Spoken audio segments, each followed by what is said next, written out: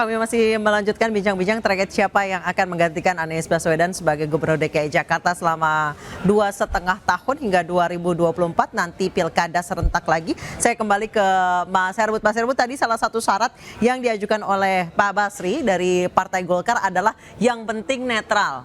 Dari tanggapan Anda, Mas Herbut, dari 3 nama ini, Pak Marula, Pak Heru, Pak Bahtiar, mana yang paling netral?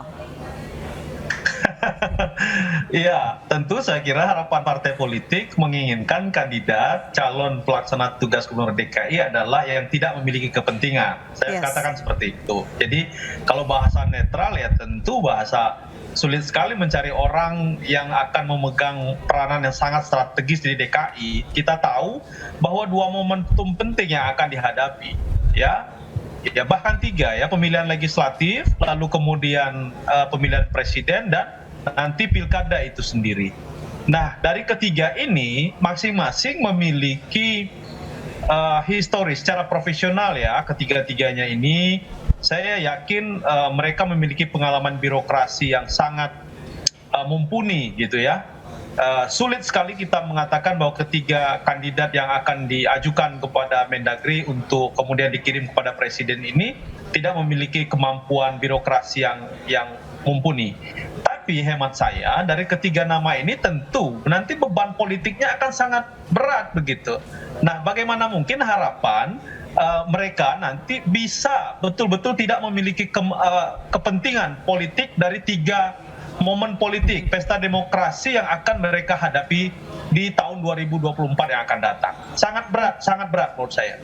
Baik, saya kembali ke Pak Basri. Pak Basri, tadi Mas Arut bilang sangat berat bebannya karena mereka tidak boleh memiliki kepentingan apalagi untuk 2024. Dari Golkar sendiri sebenarnya siapa jagoannya?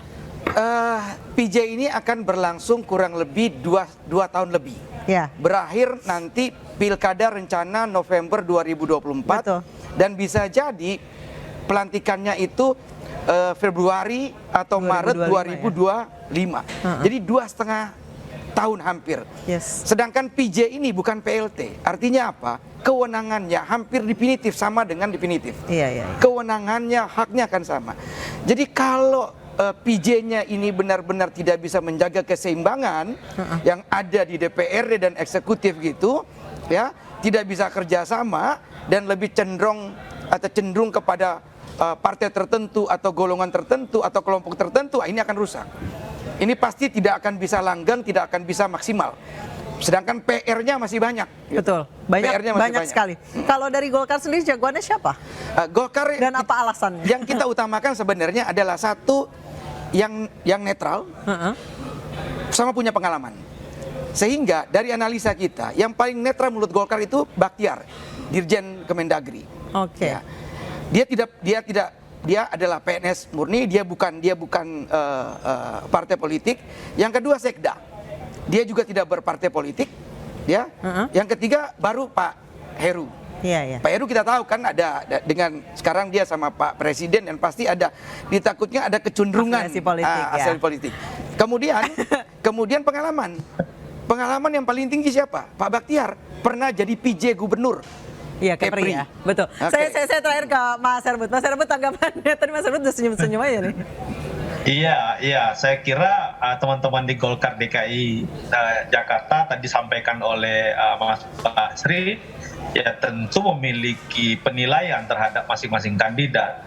Ya, publik atau masyarakat juga memiliki penilaian yang lain ya. Saya kira kenapa saya katakan tadi memiliki kemampuan yang sama, tentu saya yakin juga dalam hal ini Mendagri dan Presiden tidak akan juga melepas gitu ya. Baik, Mas Herbut, kami mohon maaf karena waktu dialognya sudah habis karena ini sudah mepet azan maghrib.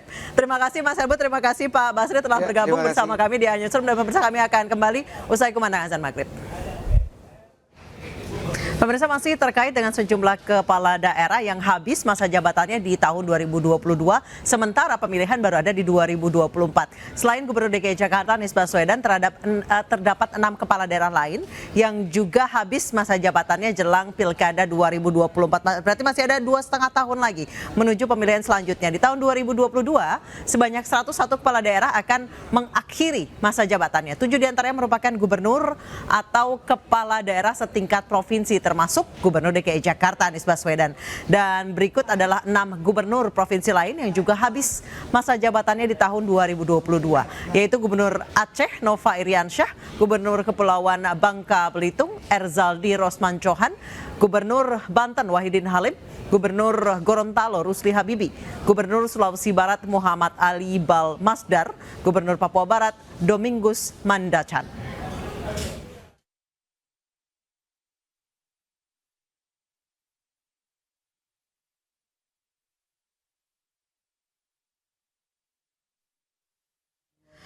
Pemirsa, sebenarnya seperti apa tanggapan masyarakat Jakarta bahwa Anies Baswedan ini sudah habis masa jabatannya dan DKI Jakarta selama 2,5 tahun ke depan akan dipimpin oleh penjabat yang sebenarnya secara otoritas ini sama dengan gubernur yang dipilih langsung oleh masyarakat.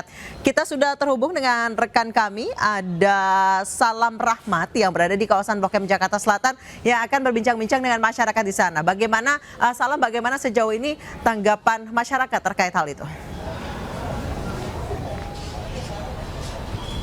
Ya baik, selamat sore Anissa dan juga pemirsa. Hari ini DPRD DKI Jakarta menggelar rapat paripurna terkait dengan pengumuman pemberhentian dari masa jabatan Gubernur DKI Jakarta Anies Baswedan dan juga Wakil Gubernur DKI Jakarta Ahmad Riza Patria.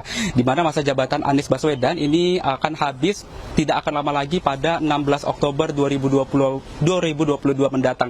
Artinya meski rapat paripurna yang digelar pada hari ini merupakan bentuk dari proses administratif, namun Anies Baswedan ini masih akan menjabat selama masa jabatannya habis pada 16 Oktober mendatang.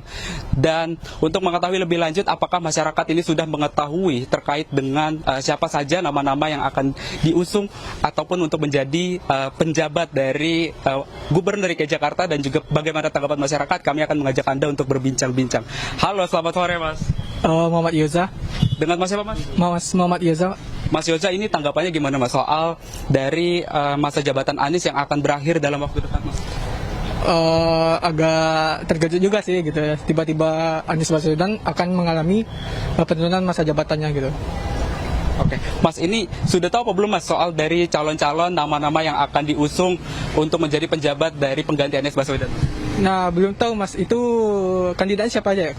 Oh, belum tahu, dari Mas sendiri belum tahu ya Mas. Nah, harapannya sendiri Mas untuk terkait dengan kedepannya ini dari pengganti Anies Baswedan ini, harapannya gimana Mas untuk Jakarta?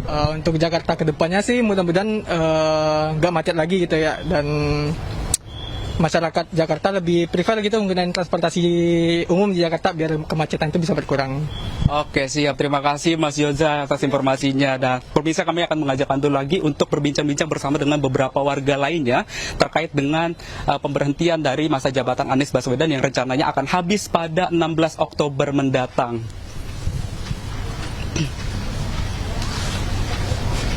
Halo, selamat sore Mas. Selamat sore Mas. Dengan Mas siapa Mas? Dengan Mas Fahmi. Mas Fahmi, ini tanggapannya gimana nih soal dari masa jabatan Anies yang akan berakhir pada 16 Oktober mendatang, tanggapannya seperti apa Mas? Untuk sejauh ini sih kinerjanya bagus sih Pak. Mudah-mudahan sih kedepannya bisa jadi bagus lagi. Oke Mas, ini kalau dari Mas sendiri sudah tahu apa belum Mas soal dari calon-calon atau nama yang diusung dari pihak DPRD terkait dengan siapa penjabat yang akan meneruskan dari kinerja Anies ini Mas? Kalau untuk itu sih saya belum tahu sama sekali sebenarnya. Belum tahu sama sekali dari Mas ya Mas ya. Mas, ini harapannya gimana nih Mas soal Jakarta kedepannya yang akan nanti diusung ataupun yang menjabat dari setelah Anies ini gimana Mas? Semoga sih kedepannya bisa lebih baik lagi, terutama untuk kemacetan ya. Soalnya di Jakarta kemacetannya semakin parah ini. Makin parah gitu. Oke, siap. Terima kasih Mas Fahmi atas informasi.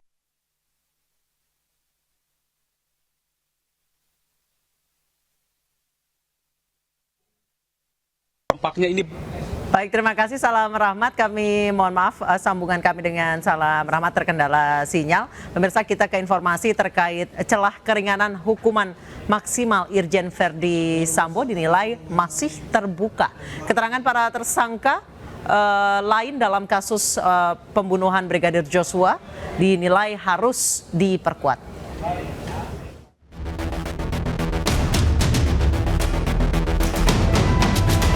Jerat pasal maksimal bagi Inspektur Jenderal Verdi Sambo telah disiapkan penyidik tim khusus, yakni ancaman hukuman mati. Penyidik menerapkan pasal 340 KUHP tentang pembunuhan berencana. Karena kasus ini diduga didalangi Verdi Sambo, sebab istrinya Putri Chandrawati disebut mengalami pelecehan seksual oleh korban Brigadir Joshua, meski akhirnya disimpulkan tidak terbukti. Namun belakangan sejumlah kalangan seperti Komnas HAM dan IPW menilai ada upaya Verdi Sambo ingin lolos dari ancaman hukuman maksimal. Alasan Sambo menjaga kehormatan keluarga dapat menjadi kemungkinan Sambo lolos dari jerat hukum maksimal. Keterangan dua tersangka lain yakni Barada Eliezer dan Bribka Riki Rizal dikhawatirkan dapat meringankan hukuman Sambo. Bribka Riki Rizal kini putar haluan dan tidak lagi mengikuti skenario Verdi Sambo terkait penembakan Brigadir Joshua. Ya misalnya cerita apa ya, cerita di Magelang, kejadian apa yang Magelang yang dia ketahui. Nah, dia kalau dipertanyakan masalah pelecehan, dia tidak melihat dan tidak mengetahui, tidak ada orang yang menyampaikan. Baik oleh Kuat, khususnya Joshua mau naik melihat ibu, sementara ibu dalam kondisi menangis di atas menurut Susi, dan si Joshua ditegur, kenapa kok turun naik? Nah, terus menghindar. Jadi kan menimbulkan kecurigaan. Oleh apa pertengkaran apa antara Joshua dengan ibu atau dibalik itu kita nggak tahu.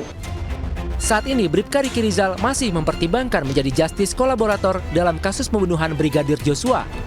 Sedangkan Lembaga Perlindungan Saksi dan Korban atau LPSK akan mendalami lebih dulu informasi baru apa yang akan diberikan Bribka RR untuk pengungkapan pembunuhan Joshua sebelum menyetujui pengajuan menjadi justice kolaborator. Saat ini kepolisian tengah menyelenggarakan sejumlah sidang etik untuk menentukan apakah sejumlah anggota polisi ini melanggar profesionalismenya sebagai penegak hukum, dan hari ini sidang etik terhadap Brigadir Frilian Fitri terkait kasus pembunuhan berencana Brigadir Joshua. Kami sudah terhubung dengan rekan kami Yasmin Atania di gedung TNCC Mabes Polri Jakarta. Yasmin, bagaimana jalannya sidang hari ini? Baik, selamat sore Anissa dan juga pemirsa. Hari ini Brigadir Frilian Fitri atau Brigadir FF tengah menjalani sidang kode etik dugaan ketidakprofesionalan dalam kasus tewasnya Brigadir Joshua Huta Barat pada 8 Juli 2022 silam. Adapun untuk saat ini sidang kode etik ini sudah masuk ke pembacaan tuntutan, dan untuk sidang ini sendiri ada 4 saksi yang dihadirkan, yakni ada Kompol SM, Ibda DDC, kemudian Bribtu FDA dan Barada S. Untuk Brigadir FF ini diduga telah melakukan intimidasi terhadap 2 orang jurnalis dengan menghapus foto dan juga video yang diambil oleh para jurnalis tersebut saat tengah melakukan peliputan di rumah dinas Irjen Pol Verdi Sambo di kawasan Duren 3 Jakarta Selatan. Sebelumnya di hari kemarin 12 September 2022 ini Barada S juga telah menjalani sidang kode etik dan dikenakan sanksi yakni demosi atau penurunan jabatan selama 1 tahun karena terbukti telah melakukan intimidasi kepada 2 orang jurnalis tersebut. Hingga saat ini ada 5 perwira Polri yang dijatuhkan sanksi pemberhentian secara tidak hormat dari institusi Polri terkait dengan kasus tewasnya Brigadir Joshua Huta Barat. 4 diantara ini terkait dengan obstruction of justice atau upaya menghalangi penyelidikan. Di antaranya ada Irjen Pol Verdi Sambo, kemudian ada juga KBP Agus Nurpatria dan 2 orang lainnya. Dan 1 diantaranya yang diberhentikan dari institusi Polri ini adalah mantan Wakil Direktur Tindak Pidana Umum Polda Metro Jaya, yakni ada AKBP Jerry Raymond Siagian, karena upayanya mengambil alih laporan terkait dengan kasus dugaan pelecehan dan percobaan pembunuhan yang dilaporkan oleh Putri Chandrawati. Dan hingga saat ini kami masih menunggu terkait dengan putusan sidang nanti seperti apa sanksi yang akan dijatuhkan kepada Brigadir FF tersebut. Anissa. Baik, terima kasih Yasmin Atania melaporkan langsung dari gedung TNCC Mabes Polri Jakarta. Selamat bertugas kembali Yasmin. Pemirsa, kemunculan Bjorka membuka fakta lemahnya perlindungan data pribadi warga Indonesia. Lalu bagaimana pemerintah mengatasinya dan menjaga informasi pribadi masyarakatnya? Kami akan berikan informasi yang saya jeda.